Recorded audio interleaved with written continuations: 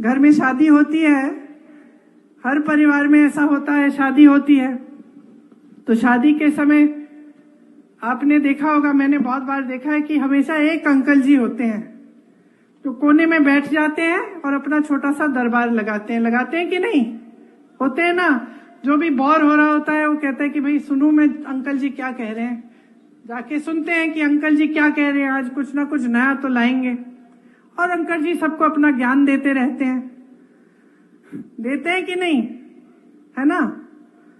अब आप बताओ, एक दिन अगर आप ऐसे एक शादी में या कहीं भी आप चाय की दुकान में बैठे और एक ऐसे ज्ञान देने वाले अंकल जी बैठे हों और वो कह रहे हैं सबको कि सावधान हो जाओ, अब जब सरकार आएगी ना कांग्रेस की तो एक्सरे की मशीन लाकर तुम्हारे घरों में जो बक्से पड़े हैं और जो घरों में तुमने छोटा अपना बचत अपनी की हुई है या तुम्हारी महिलाओं के जो मंगलसूत्र हैं उसको एक्सरे से निकाल के ये सरकार चोरी कर लेगी और किसी और को दे देगी।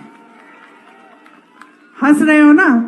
मान लो किसी चाय के दुकान में या किसी शादी में किसी ज्ञान देने वाले अंकल ने ऐसी बात कह दी हो तो आप क्या कहते?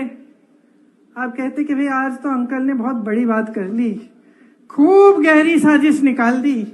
हंसते ना? हंसते कि नहीं हंसते? आप कहते हैं कि क्या बकवास कर रहे हैं यार अंकल, कुछ नया सोचो।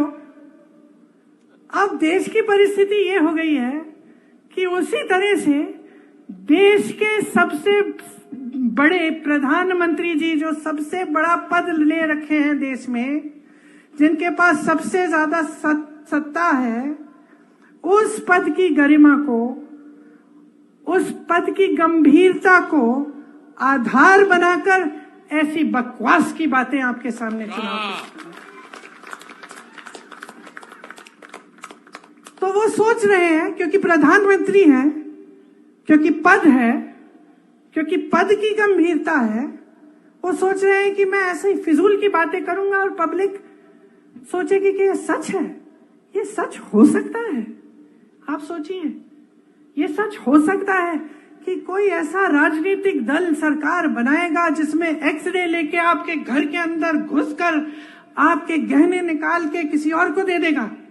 ये सच हो सकता है? अरे क्या इनको समस्या हो गई है हमारे न्याय पत्र से?